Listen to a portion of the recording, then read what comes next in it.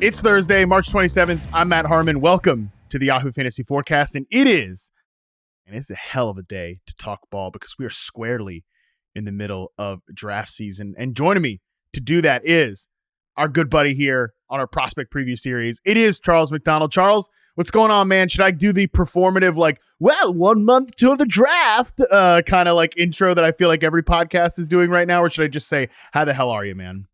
You can do the performative piece, and I'll say, "Oh my God, please hurry up, hurry up!" 4 more weeks. We just got to get there, and then we can breathe for a little bit. It's funny. My friends who just watch football casually, they're like, "What are you doing like this time of year?" I'm like, "Dude, I'm working so much, so much. You have no idea, so much." But we're almost free.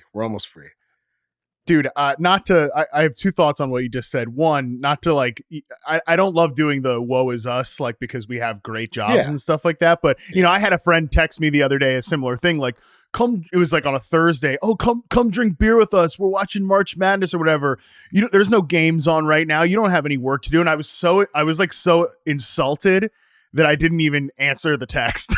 That's how angry I was that you would dare say that. So I feel you on that. And the second thing is, it's funny. I don't want to talk about the Russell Wilson or the Stephon Diggs news because we have a lot to cover here on the show today. But it did dawn on me last night as I was watching that news come down or whatever. And people well, see, this is really all a reaction to kind of what's probably going to happen in the draft and the whispers stuff.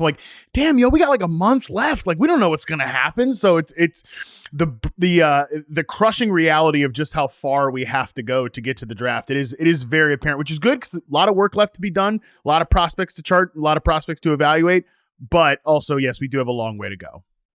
We haven't even gotten to Shedeur Sanders Pro Day yet, so let's pace ourselves here. We still have at least one more hellstorm of takes to be unleashed before we get to April, because I think Shedeur and Travis Hunter are going to work out the same day. So just buckle in. I've seen some people, some fan bases tilting already. But man, you can't be tilting in March, man. Just take it easy. We're all on this ride together, and over the next month, we're going to learn a lot about how the league's going to shape up for the fall. One hellstorm of takes feels conservative. We're not going to do any hellstorms of takes here. We're going to do some serious analysis on our draft deep dive series. Today, we are covering the running back class. We're actually splitting it into 2 parts because this running back class is very good. It's very deep. We're going to decide, obviously, on this show just how deep it is. So we're going to do part 1 here. Today, we're kind of focused on the consensus top 5 to 6 players. Next week, we're going to look at the other running backs that you need to know for deeper into day 2, day 3 in the draft. Like I said, this is a big-time running back class. Dwayne McFarland pointed this out on the show a couple of episodes ago. Don't be settled if you're some mid-tier veteran that's hanging on to a starting job right now, because you could have a young guy potentially coming in to unseat you, and we got to try to figure out who those best backs are. So let's waste no more time, Charles. Let's jump into it here on this running back class, and let's start at the very top. But before we kind of talk Ashton Jeanty, I do just want your feelings on the draft class as a whole in terms of the running backs. Is it top heavy? Is it deep? Is it the best draft class ever? Let's put this thing into context. Best draft class ever. I don't even know if I have a frame of reference for that anymore. Because we've had Bijan and Jahmyr Gibbs go round 1. But in terms of best class ever, I mean, it's got to be one of the more talented classes coming in that I can remember. Just starting off with Jeanty, Omarion Hampton is someone who might be able to sneak into round 1 with when you start looking at his profile and what he's been able to do, not only at UNC but also through the draft process.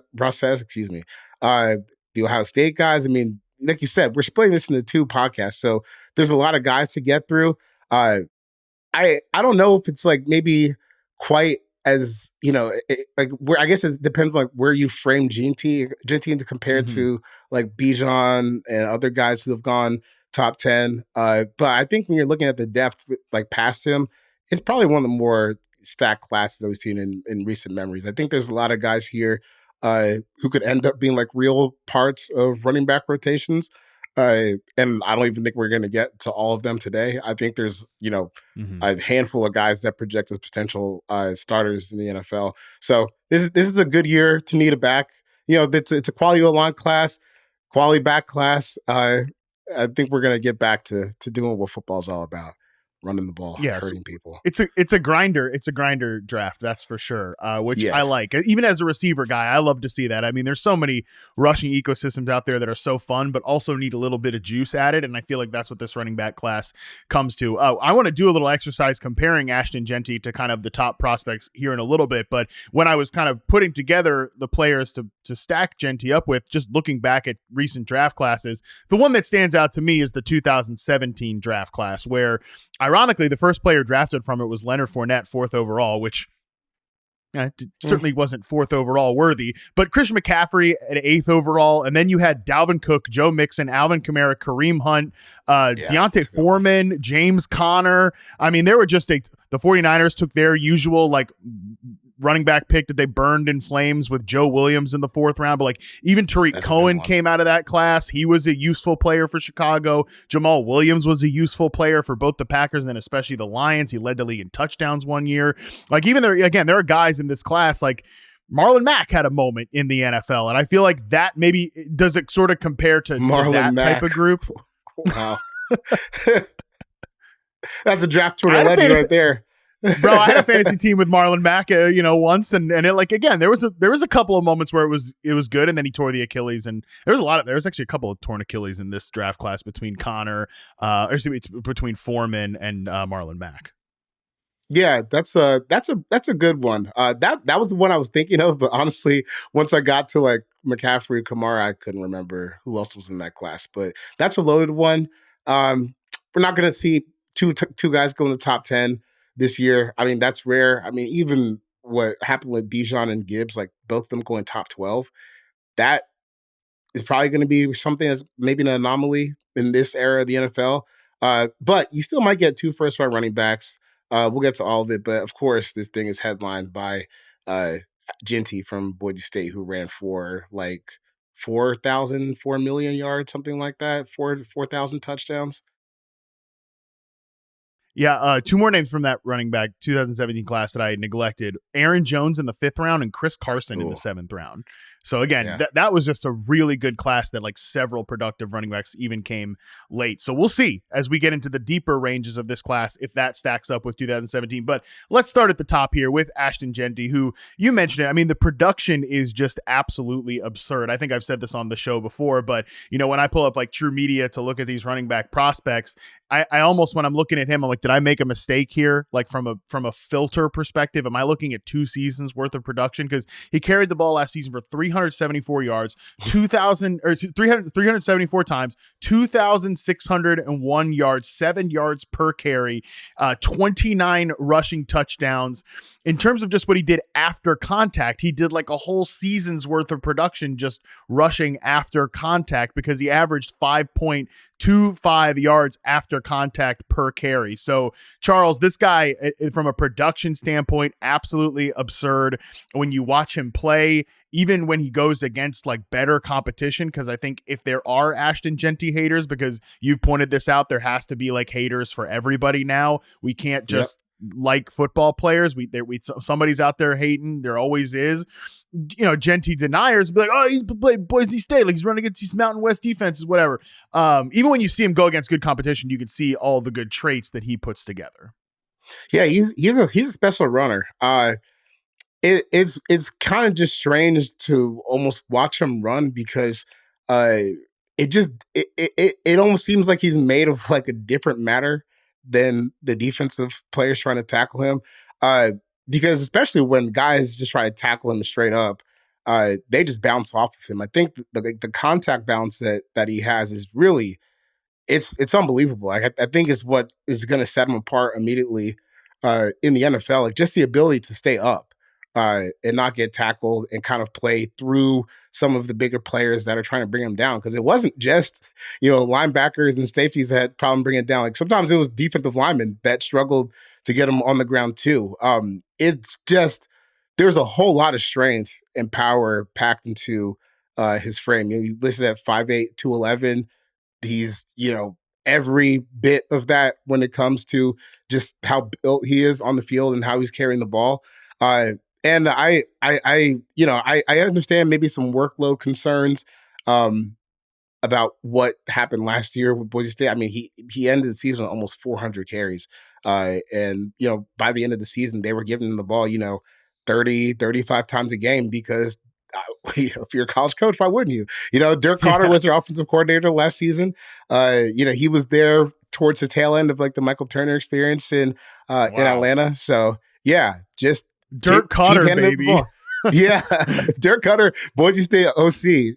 Just keep handing Jeanty the rock. But I think what might set him apart, because every once in a while you have one of these players that can just take the workload and they just keep chugging along, and you're just kind of surprised they can keep going. I think he might be one of those guys, because there were games last year where he would get hurt. He would get dinged up, and he's only out for a couple plays. And for other players, they look like more severe injuries, but he's back. And then they're giving the ball 20 more times. He looks explosive. He looks good. I think, not to whittle it down to just a catchphrase, but I think Jeanty is really just built different than a whole lot of running backs that we've seen in the last few years. I don't really get too concerned about the top end speed. I think he's plenty fast enough to break big chunks if he can break tackles, which I don't really see why he wouldn't be able to in the NFL.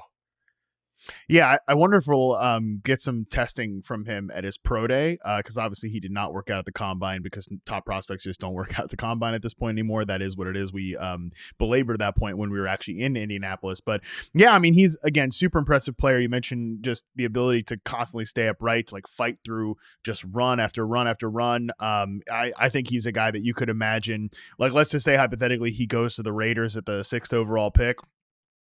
They have nothing in their backfield right now other than Raheem Mostert, who I think is pretty well towards the end of his career. Kind of became a bit of a goal line merchant the last couple of years with the Miami Dolphins. But you could just imagine Jeanty just every week we're saddling him up for 20 carries, which is a rarity at this point in today's NFL. But Chip Kelly's offense, they want to run the hell out of the ball. I would imagine, again, just he could be that type of tempo setting runner, because he can eat a lot of volume and consistently get yards after contact.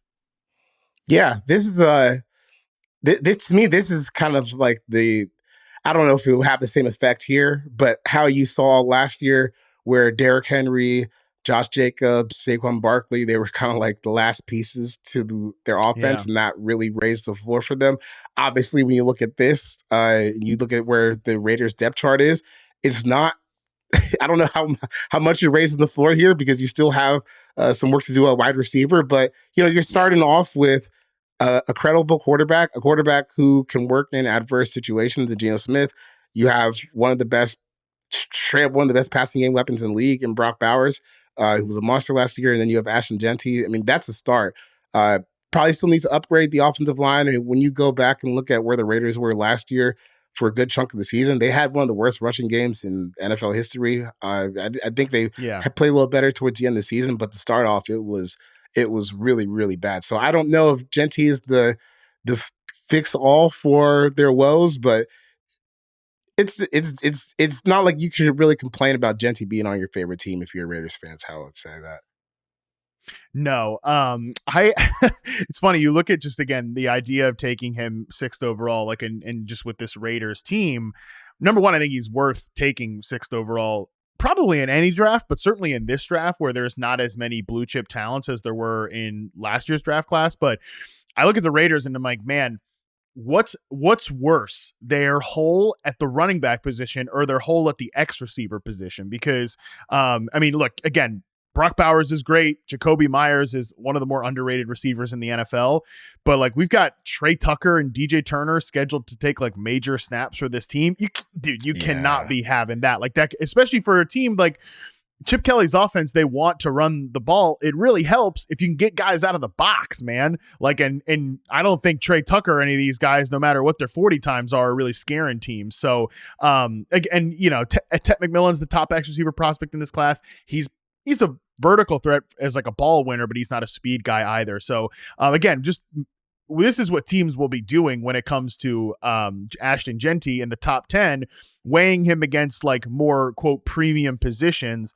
but he might just end up being like the top ranked player on the board. In terms of your big board, Charles, like where does he rank amongst all prospects in this class?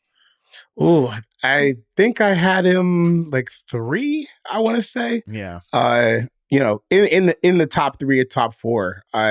Because this is where the running back debate kind of gets interesting to me in terms of positional value. Like if you're at the top of the draft and you see players start going off the board, you kind of have like this like 2 schools of thought to me. It's like, okay, well, we know we could possibly find a running back later on who could start and be a contributor for our offense.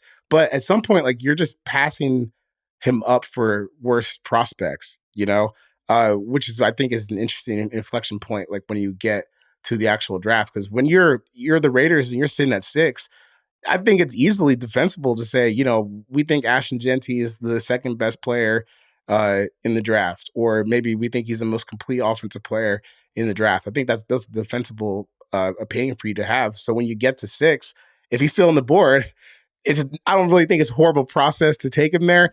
I just don't know if their offensive line is really in a spot where, they can hold together something like this. Because, I think Colton Miller's a good starter, and the rest of the guys, they can use some work. But I even think when you go back to Jeanty's game against Penn State in the college football playoff, I thought he played a good game. I know he came back with, it was like 2-point-something yards per carry, really just fighting for his life. But they got their ass kicked up front, and I thought he did a good enough job to mitigate that and give himself a chance. So we'll see what happens when it's a little bit more level playing field in the NFL. But still, the Raiders, they're an interesting team. I would say the Raiders, they definitely feel like they're being run by someone who's in their 70s and might not be doing this for very long. Yeah, that Penn State game that Charles mentioned, he had 30 carries, 104 yards, 3.5 yards per carry for Ashton Jeanty, which obviously was the lowest mark of his season. 3.9 was the previous low mark against UNLV. But besides that, it's like 4.8. He consistently is over like 6 in these games. So that was definitely the low mark of the season. Best team that he played. But like you mentioned, Charles, it's just, if you're going to get your ass kicked up front by players that are more talented than you, that is going to happen. And that doesn't always reflect on the running back. So just on the Jeanty point about like the big board, you've got him ranked 3rd overall. Behind him is like Abdul Carter. You still have Ted McMillan as the 5th prospect, Will Campbell, Mason Graham, Cam Ward, but obviously he's going higher than that. But like once we get to like Tyler Warren at 9, Colson Loveland at 10, Jalen Walker at 11, that's the thing. Like once we get down to there, even like Micah Williams, the edge from Georgia, you have at 12. Like at some point, you're just weighing worse prospects against the guy that for you and for many other people will be like a top 5 consensus player in the class. So even if he gets past the Raiders, I don't know if I would even, dude, this is like a nightmare scenario for a dynasty, but I could even see a team like the Saints, because they're just the weirdest team in the league, at the 9th overall pick being like, well, you know what? We want to win right now because we're running back our bad team from last year for whatever reason. Let's take Ashton Jeanty at the 9th overall pick, which again, my God, the tears, the weeping and gnashing of teeth that Dynasty Twitter would have after that. If that happened in April in the draft, that would be a disaster class. But like, that's why I just think he's ultimately going to end up going very, very high, because you're just weighing him against worse players at some point. So are there any like tangible weaknesses you can point into his game, like the receiving production profile? Is there anything of that nature that might have you kind of pause, even for just a half second with Ashton Jeanty? The receiving stuff is interesting to me because I think we've seen this before, where you have this guy who was just such a singular force at running back. You almost go like, why would I throw it to you when I could just hand you the ball every single time? Yeah. And I don't think that means that you can or can't catch, because I think we've seen even guys like Todd Gurley in the past wasn't always used as like a big time receiver for Georgia, but when he got those opportunities, he made the most of them. And then you get to the NFL and you see he's just kind of an all world type of beast. So I think, maybe the receiving stuff is something he's going to have to get used to. But I wouldn't say it's something that he can't do. I think, when you get to weaknesses in his game, it's kind of nitpicking, but I think, sometimes And I think this was really true versus Penn State. You fight a little bit too hard to try and get some extra yards. You end up exposing the ball and having some fumble issues. But also, you have to just scale everything to 374 carries that he had last year. So Mm-hmm. I don't really see a reason to be scared here unless you're just like the play style. We're not sure if that's going to hold up long term because he is someone who's like just not afraid of contact. When you see him bounce off of guys, he really has no need to be afraid of contact. The long speed, I don't really care about. I think he's fast enough to break some big chunks, and he obviously did in college. So just maybe taking a little bit more care of himself is what I would say. But that's a nitpick. It's a pretty small nitpick, I would say.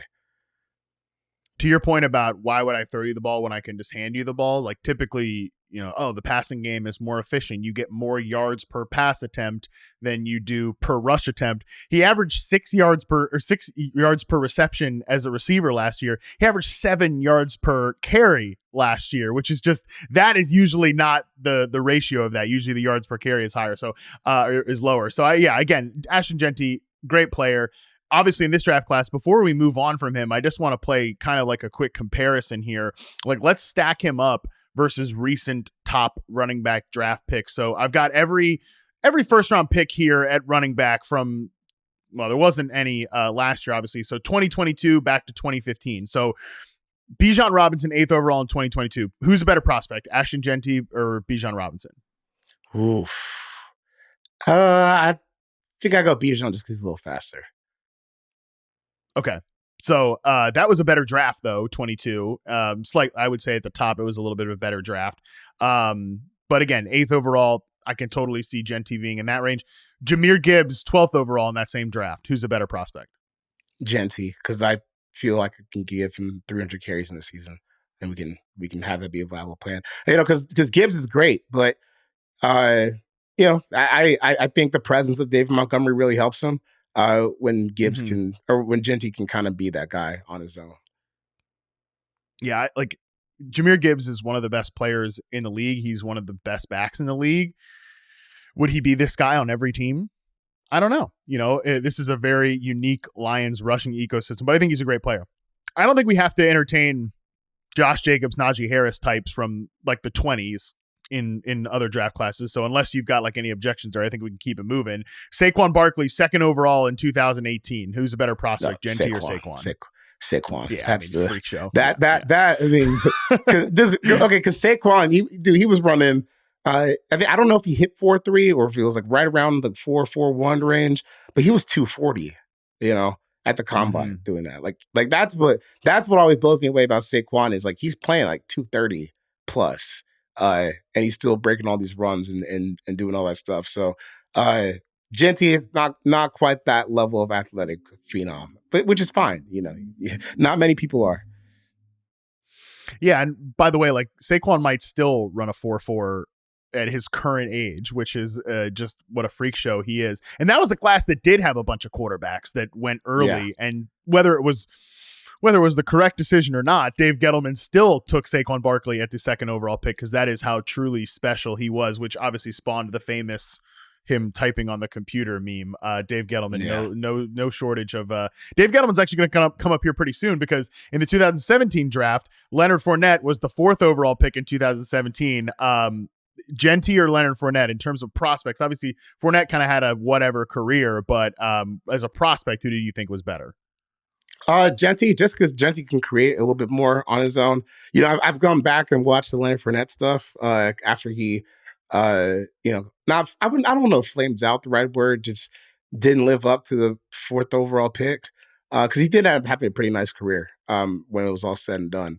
But when you go back and watch some of the LSU games with Fournette, there's just so many wide open runways where it's just, you're not even being tested on maybe making a cut in space or making somebody miss. You're just getting a full runway, and then you're at the 2nd level. You're 240 running, in the 4.4s, and that's impossible for college defensive backs. But I think Jeanty, he's in a spot where he can create a little bit more, break a little bit more tackles, a little more agile. So I'll take him.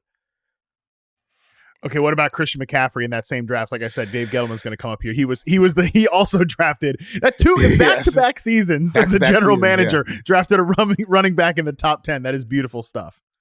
Yeah, I remember when he was when Dave was the general manager with the Giants when I was covering them, and he would be like, "Yeah, I drafted those guys early, and they're pretty good, right?" I'm like, "Yeah, I guess they are." Yeah, the teams just don't win a lot of games. Yeah, but you got me there. Saquon and Christian, definitely really, really good players. You got me there, Dave. But I think I would go with McCaffrey here, just because there was no holes really in terms of like what you had to be concerned about. No questions about the receiving. You were getting like a lot of punt return stuff too. Obviously, the running was crazy. I think I'll take McCaffrey just a little more well-rounded. He's a bit of like a different entity too because of what he presented as a receiving mismatch. Which I mean, as much as I like the pass catching ability of any of these guys, like Bijan, I still think could be a little further maximized there. Saquon obviously has been a high level receiver at times. Gibbs, was drafted, I think, primarily to be a pass catching asset for the Lions, but then he's just been so good as a runner.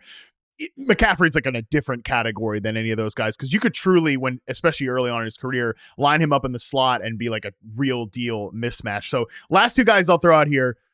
Put Ashton Jeanty versus like Zeke Elliott 4th overall in 2016, Todd Gurley 10th overall in 2015. Like if you stack those three guys up, how would you rank them?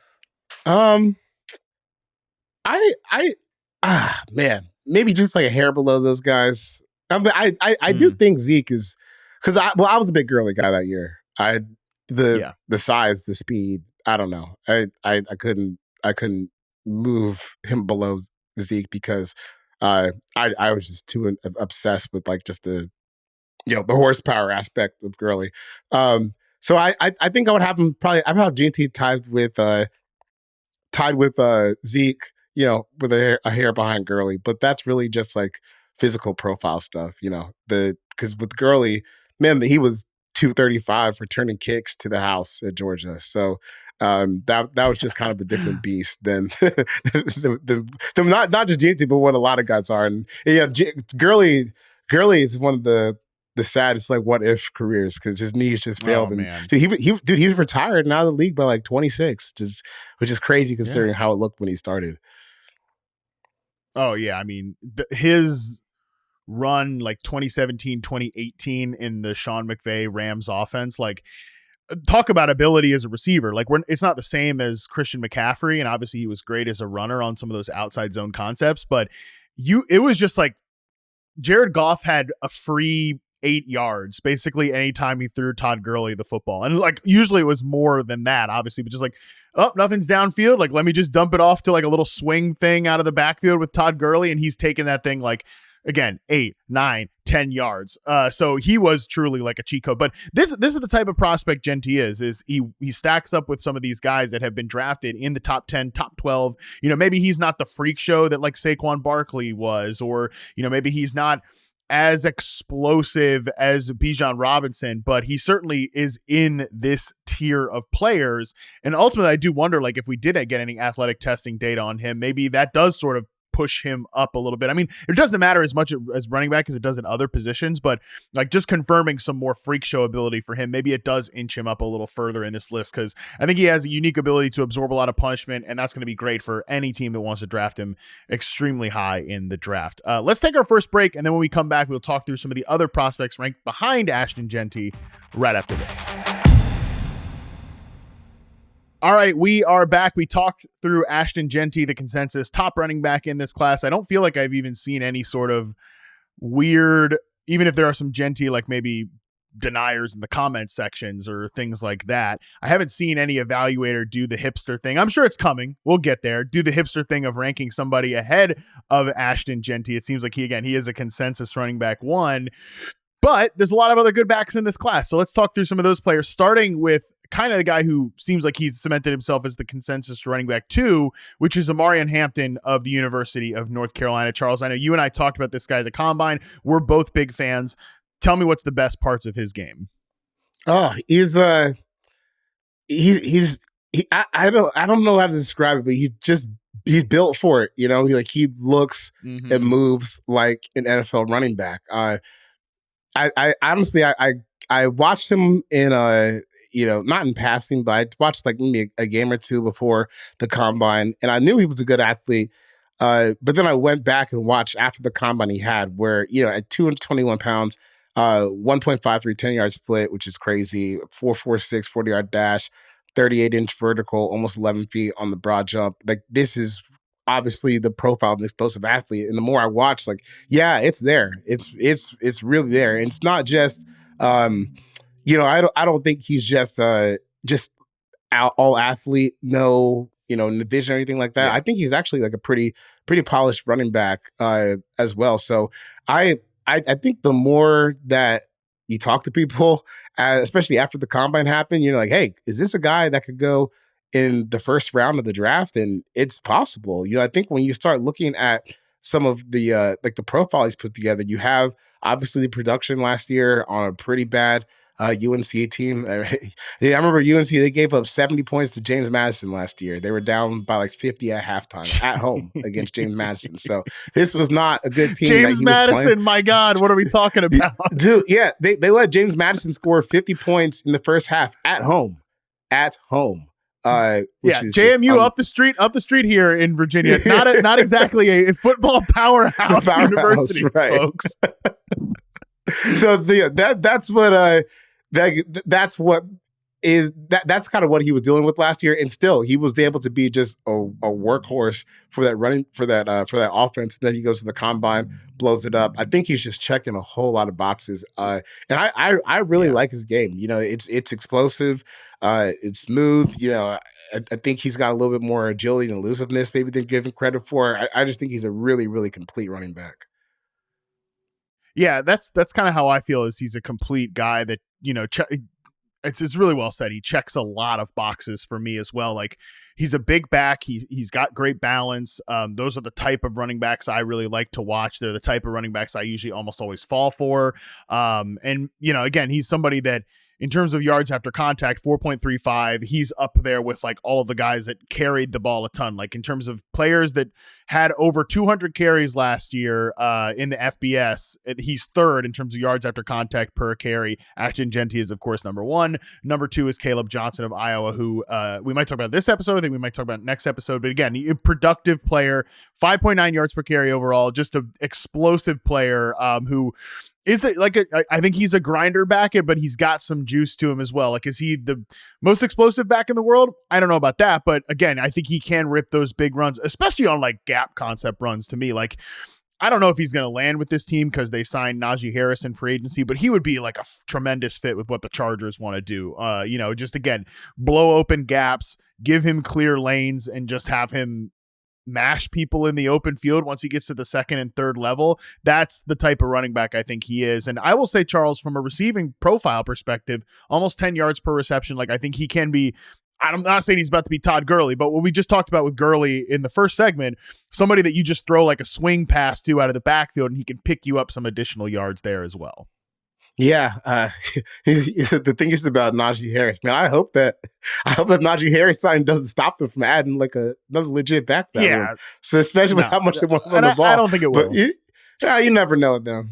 We talked about fake Pack Ricard at the combine, so they might settle. They really might settle there. But I think that if you're in the back half of the first round, and like I said earlier, this is kind of like the range where maybe you can get that effect that Derrick Henry or Josh Jacobs or Saquon Barkley, to some degree had last year, where you're looking at your offense, you're like, oh man, we got some pieces here, we got some nice places off the line, maybe we got a quarterback. Oh shoot, maybe a top end running back would really raise the floor for us, and I think that that's a sweet spot for him. I think at one point we had him mocked to the Commanders. We've also had him mocked to the Denver Broncos. So even if you're looking at the Broncos offense and where he fits in, their running game was solid last year. It had some ups, it had some downs. I think they finished close to maybe like around the league average unit in terms of success rate and EPA. But I also do think that their running backs left some juice to squeeze last year out there on the field. So just getting someone maybe who's a little bit more legitimate runner. Obviously, your Bo Nix is on a rookie contract. You see him play, he's competent enough to at least start in the NFL. This could be a good running mate for him just to kind of solidify things, maybe while they try to figure out what they want the rest of their receiving room outside of Courtland Sutton to look like. Yeah, I agree with you that Denver makes a lot of sense with what they want to do. Sean Payton likes to run a lot of multiple concepts. I think Hampton, as much as I like him in a gap scheme system, I think he could run zone, especially outside zone stuff. He's got some juice to hit the edge and make players miss in the backfield too. Even if you bust something from their offensive line's so good, they're so assignment sound, everything like that. But even if there's a bust on a zone run and someone meets him in the backfield, he's got enough moves to make you miss and keep it moving. So I agree. Denver, we're going to talk a lot about them next week on the pod because they're one of the teams that will fit our next draft series, but they're looking for weapons. Could you see a team even like Chicago at 10? Let's say Jeanty goes inside the top 10. Could you see a team like Chicago? Again, we know what Ben Johnson saw in Detroit with a guy like Jahmyr Gibbs and how adding that juice elevated a running game. They added to the offensive line. They added to the defensive line. I think they've set themselves up to kind of do whatever they want at the 10th overall pick. Maybe it's rich, but again, we're starting to weigh some mid-tier edge rushers and stuff like that. Could you see a team like Chicago selling themselves enough on Hampton to be let's make a really aggressive move and take him there? Yeah, I mean, I don't think that'll be the weirdest thing, only because especially this year, I think once you get past maybe a top 6 or 7 players, I would imagine the rankings are just all over the place. Once you get past Travis Hunter, Mason Graham, Will Campbell, guys in that range, I have to guess everything's all over the place. So I wouldn't be all that surprised if they decide to take it. If they decide to take him there, I think it's a more defensible pick now with the offensive line upgrades that they've made. If Jonah Jackson and Drew Dahlman play out for them and Joe Thuney can continue his little Iron Man streak, that's a quality offensive line, especially with Darnell Wright over there at right tackle. So it wouldn't be a situation, hopefully, because we were saying the last year, it wouldn't be a situation where, he wouldn't have anyone blocking for him. And hopefully, Caleb Williams will be able to get moving a little bit easier, maybe with a star running back. But I actually think Hampton and Swift, that's not a bad little 1-2 combo, because I don't know. I think Swift might be past the days where you need to be giving him all those carries, but still as a spellback, I think he has some value.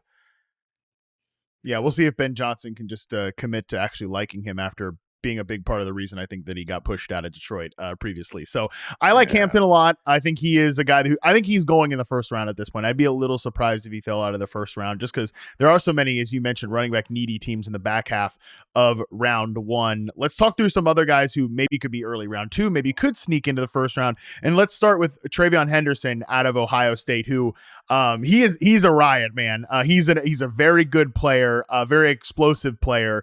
What do we think of TreVeyon Henderson out of Ohio State? He's a fun player. He's smooth. I think he's kind of like a glider back a little bit. But he can also be explosive. Up the middle of the defense when they do give him carries there. But I really think some of his best stuff comes on outside zone. Honestly, it's not always necessarily him reading it out and, making a cutback or something like that. I think his best stuff sometimes comes from when he gets string it out a little bit and just go find that gap on the edge and accelerate through. I don't know if I view him as a leadoff back, someone that you're giving 250 carries to, but as a nice little change of pace guy, I think we're starting to get into that realm here with Henderson. I still do think he has a lot of value. It's kind of funny watching him run, because I like the top end speed, but sometimes it feels like it takes him a little bit to get there. I thought that Chip Kelly did a great job kind of scheming him up and give him looks where he can kind of be shot out of a cannon. But once he gets going, that's a really nice player to have. And sometimes, even when they're down by the goal line, he's got a little ability to make people miss. But I think in the open field for outside zone teams, that's where he's going to have a lot of value in the draft. I love this Aaron Jones comparison that we're showing on the screen here, because now Aaron Jones has been a lead back at times in his career, but there's also obviously been injury concerns with that. But Aaron Jones as a spell back, like as you mentioned, that's like ideal, right? Because he's so explosive. You mentioned TreVeyon Henderson working on outside zone runs. I think that Aaron Jones is like one of the better outside zone runners in the league. Like you get him off tackle, he's going to consistently get you 5+ yards and potentially more than that if you can get him to the second level.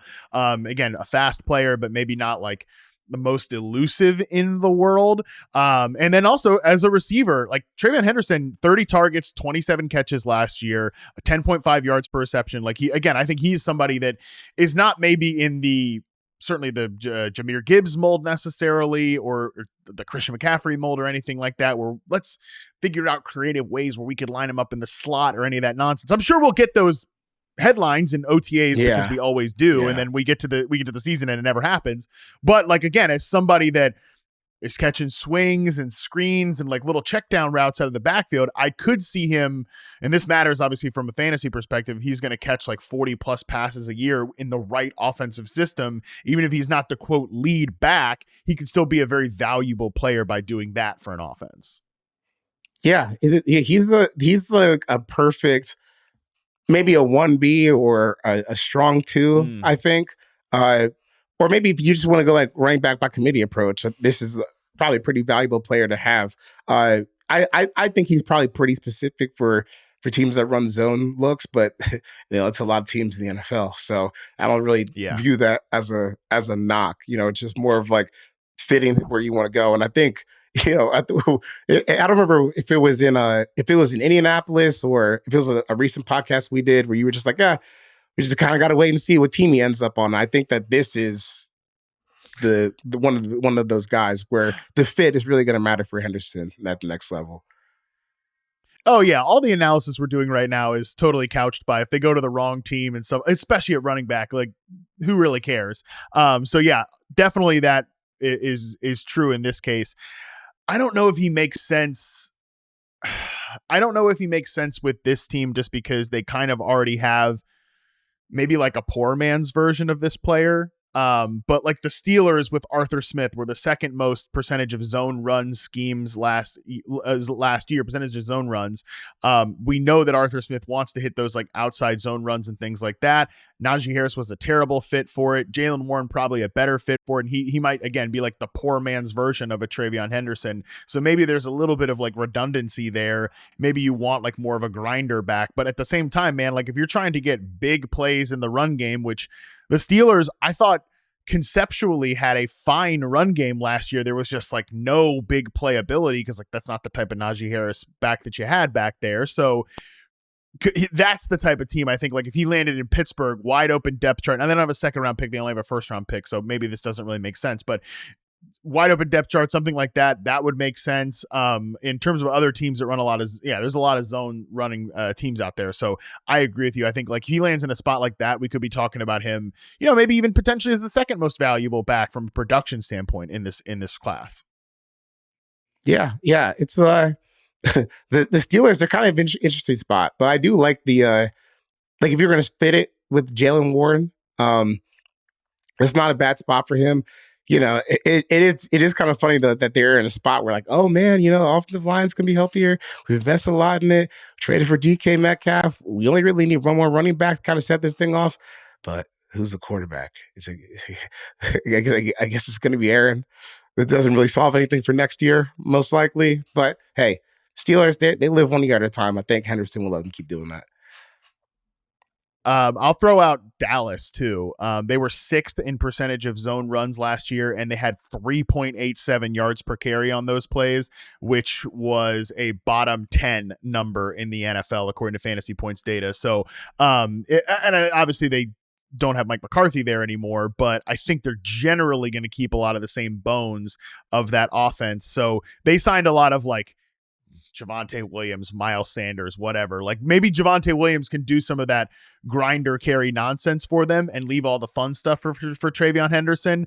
I think actually that could be a really fun fit for a guy like TreVeyon Henderson as well. Again, productive offense. I could see him working as a pass catcher. So that's these type of teams. If he lands there, Henderson could really be cooking as like a post-draft riser in your dynasty drafts and things like that. But let's talk about the other Ohio State running back, Charles, because he's not the only product from that school. Quinshon Judkins is the other running back, which, I mean, Quinshon Judkins sounds like how he plays is the analysis. Like, he sounds like a dirty work back, and he is definitely the grinder dirty work guy of these two Ohio State products, Charles.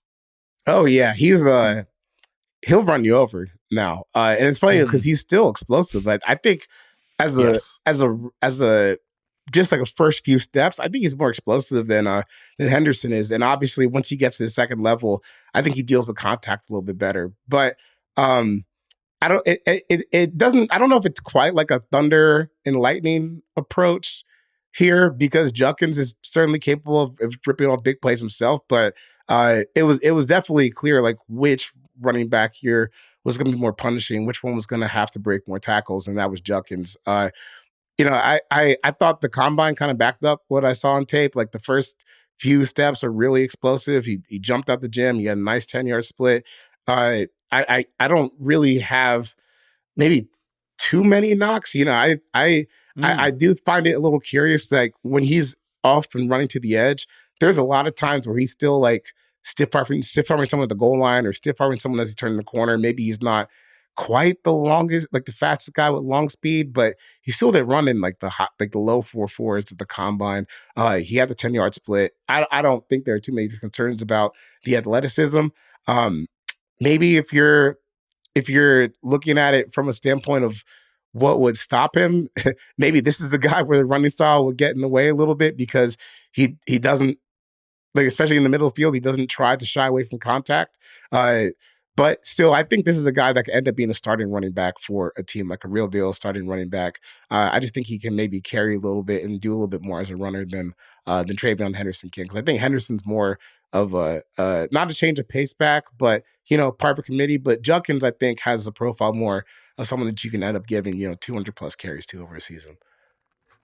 194 carries last year for Quinshon Judkins, converted 61.5% of his third down rushes into a first down. So, like, I think that's the type of player he is. A guy who can keep it moving for you, keep you on schedule. But I agree with you that, like, when I watched him, there was more big playability maybe than you might have thought with a guy like Quinshon Judkins, who I do think is the grinder back of the two guys if we're comparing them. But, like, I've seen him sort of painted as the David Montgomery to TreVeyon Henderson's Jahmyr Gibbs, if we're kind of using an NFL comparison. I mean, I think David Montgomery is an awesome player who just breaks tackles. He's such a smart runner. And I think Judkins is a smart runner as well.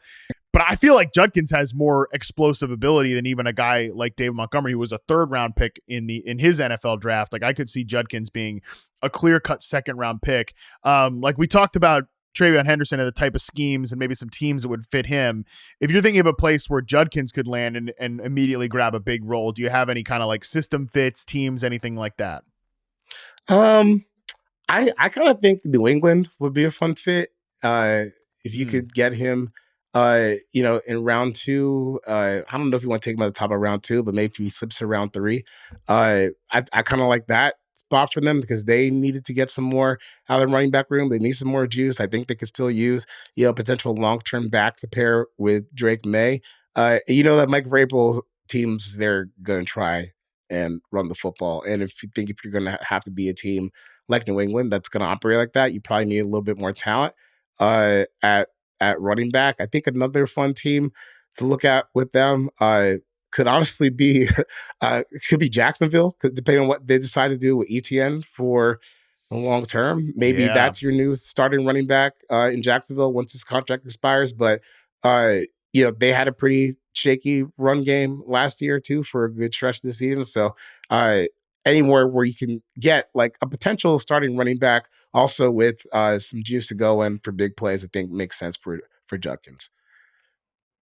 I like that Jacksonville one a lot, because I think as we're talking, like, he definitely, again, is a big play guy, but if you're running a lot of like gap scheme stuff and you're just trying to hammer people, and like, as you said, this is a back who's going to run you over, that is a great fit there. Tampa Bay last year, even if, like, again, Liam Cohen comes from that Sean McVay outside zone world, obviously we know McVay has transferred into more of like one of the most duo heavy teams in the league. the Bucks last year under Liam Cohen were 8th in terms of gap run rate. And obviously they were super effective on those plays. 11 touchdowns, 6.3 yards per carry on gap runs for the Tampa Bay Buccaneers. You imagine he's going to want to bring some of that. And I don't think, like, certainly Travis Etienne is definitely not stopping you from taking a running back. Even Tank Bigsby, maybe he's like more of a gap runner than anything else. But again, I don't think he's stopping you from taking a back there in the second round. New England also was very gap heavy last year. Yeah, no, of course not. I also think, like, again, this is probably a different system, and maybe it's not that fun, but the Browns want to run the ball, and they don't have a running back right now. Like, Nick Chubb's not who he used to be. He's also still a free agent. Like, Jerome Ford's the running back. I was just talking about this with our friend Derek Klassen on the podcast earlier this week. Like, they want to, we're getting back to the Kevin Stefanski world. Like, we're gonna run the ball. To, we're gonna do under center play action stuff like that. More of a traditional offense. Enough with this shotgun empty nonsense. Let's get back to heavy condensed formations. Okay, well, who's the back? Who are you handing the ball to? If you're doing that, maybe Judkins at the top of the second round could be a potential fit there, even if it is a different type of system than what we were just outlining. Yeah, I the more I think about it, I kind of like Judkins. If you're missing out on the Jeanty and the Hampton, maybe that's where you find, a starting running back on day 2 somewhere. Because even before this year, like Nate, our friend Nate Tice, he had Judkins paired, projected as a potential first overall pick or round 1 pick coming into the year, because his tape at Ole Miss suggested that he could be someone that could be the explosive back moving over to Ohio State. And obviously he had the year they had, and he was a big part of their offense. And with Chip Kelly, like you said before, when we were talking about the Raiders, going to get a lot of chances to run the ball. He had almost 200 carries, which is, that's a lot. I think when you paired, because I think that's a lot. He had almost 200. I think TreVeyon had like another 150 to add. So, they had their chances to run the ball, and I think that they did a good job, like, divvying up who's good at what. But I think the way they use Judkins maybe has a little cleaner fit for long-term, like, RB1 profile. Yeah, Judkins 194 carries, and TreVeyon was 144, I believe. So, yeah, I mean, it's just crazy rushing production from these Ohio State running backs, which is why they're going to go really high in this year's NFL draft. And like that, they're sort of, if you miss out on one of these early guys, definitely take a look at one of those 2 players. We're going to take our last break. We come back, we'll talk through more, two other running backs who could go pretty early in this year's NFL draft right after this. We are back. Let's talk through our final 2 backs that we're going to get to today in the kind of top 6 of this year's class. Let's start with Kaleb Johnson out of Iowa, the apple of Andy Behrens' eye this year, I'm sure. Kaleb Johnson, Charles, didn't have the combine that some of these other guys did, but you watch him play, and that's a pretty damn good running back right there. Yeah, I like him a lot. Honestly, I think that this could be a diamond in the rough player. I don't think he's going to go in round 1 or, maybe not even round 2. But the player that I think of when I watch him is Arian Foster. Almost the way that they move to me is kind of uncanny. Especially when Iowa, as they do, get under center and they run like their outside zone stuff. The way that he's able to like he's gliding and setting up blocks at the same time and also being explosive. It really looks like what Arian Foster used to do back when he was at his peak with the Texans, where it never looked like Arian was breaking like one speed, but the way he was able to set things up and glide at the same time. I think Kaleb Johnson has a lot of that to his game. So maybe that's a little bit too high on him. Arian Foster was an undrafted player who ended up having the career that he had. So, you never know with these guys. But when he takes off on outside zone stuff and the way he reads it, and also you have a lot of tangible reps because Iowa does run under center stuff. They are going to butt their head against the wall, which does give you a lot of good looks for offensive line and running back. And I think he had a lot of translatable plays that would suggest that maybe he can continue to do some of that in the NFL. I don't know if he's going to end up being like, a 10-year starter, but hey, I think he could be a starter on a rookie deal for a team that needs help for a running back. Like if you're looking for someone to help take their like outside zone scheme to the next level, I think he's like perfectly suited for that. Yeah, you said it perfectly there. And I love that Arian Foster comp. And obviously, Arian Foster dominated in a heavy outside zone run game with the Houston Texans under Gary Kubiak. So that makes perfect sense there. And yeah, just that's the great part about even if watching Iowa football, again, all apologies to Andy Behrens, even if watching Iowa football is not that fun, you do get a lot of translatable pro plays, especially from that running game, because it's under center, it's the heavy outside zone stuff, and he's such a perfect fit there. Like, yeah, is he going to rip off 60, 70 yard runs like maybe a TreVeyon Henderson would or something like that? Is he going to have like, and he was second in terms of these running backs between Ashton Jeanty and Omarion Hampton, who had 200 carries last year in yards after contact per attempt. He's not necessarily like the same ferocious tackle breaker that a guy like Hampton is, but he's a smart runner who can get the edge and get you some big plays because I think he's got good vision in the outside zone world and stuff like that. We mentioned two other teams I've already mentioned in terms of like landing spots, Pittsburgh and Cleveland. If they're getting back to more of that under center running game stuff, they have 2 third-round picks. Like he could be a guy that if they don't go running back early, maybe they add him to the mix in the 3rd round. And like, I'm not saying he's going to be their next Nick Chubb or anything like that, but Nick Chubb was a 2nd round pick and he just was their starting running back. And he was one of the best backs in the league at his peak. Again, I'm not saying he's necessarily going to be at that level, but man, he could be like a 3rd round guy that they just say, hey, throughout the course of your rookie contract, you're kind of like our guiding force on offense because we don't know what the hell we're doing at quarterback right now. Yeah, that makes sense. I mean, I think that's a fair place to have him pegged for his career. I'm starting to look at some of these other teams that maybe could use a running back or could use some running back depth. Maybe this is maybe how Kansas City fixes their running back problem. I don't know. I kind of like that fit. If you can get them, round 2 or probably closer to round 3 for them. But just a kind of a stabilizing force back there.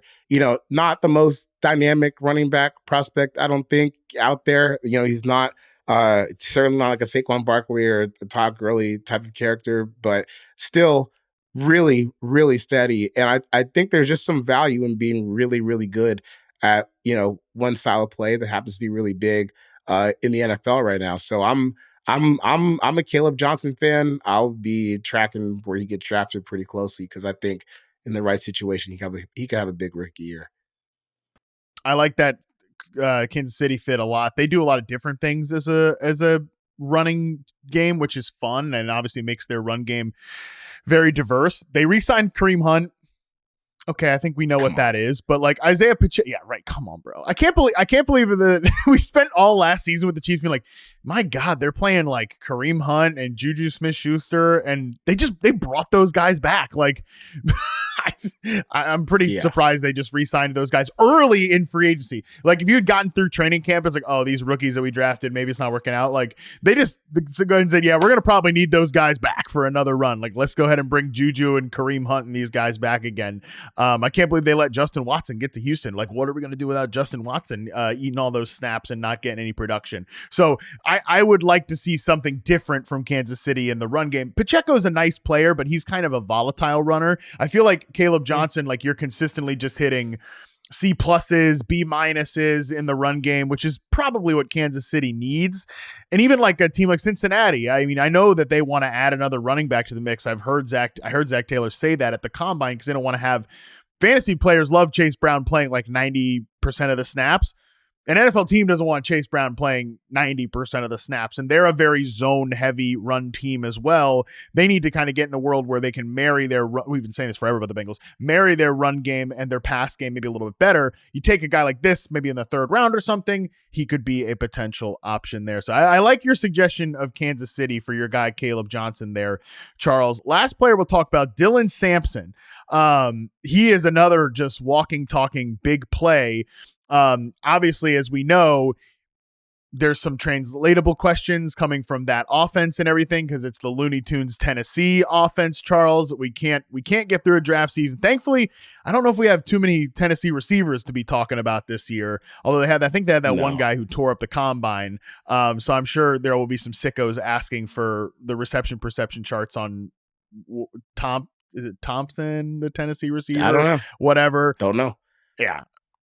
Yeah, it is Thornton, excuse me. Dante Thornton Jr. Out of Tennessee. So maybe I will have to suffer through some more Tennessee Looney Tunes route concepts. Unfortunately, somebody's got to do it. But talk to me about the running back out of University of Tennessee. Oh, Sampson's cool. Like you said, he's an explosive player.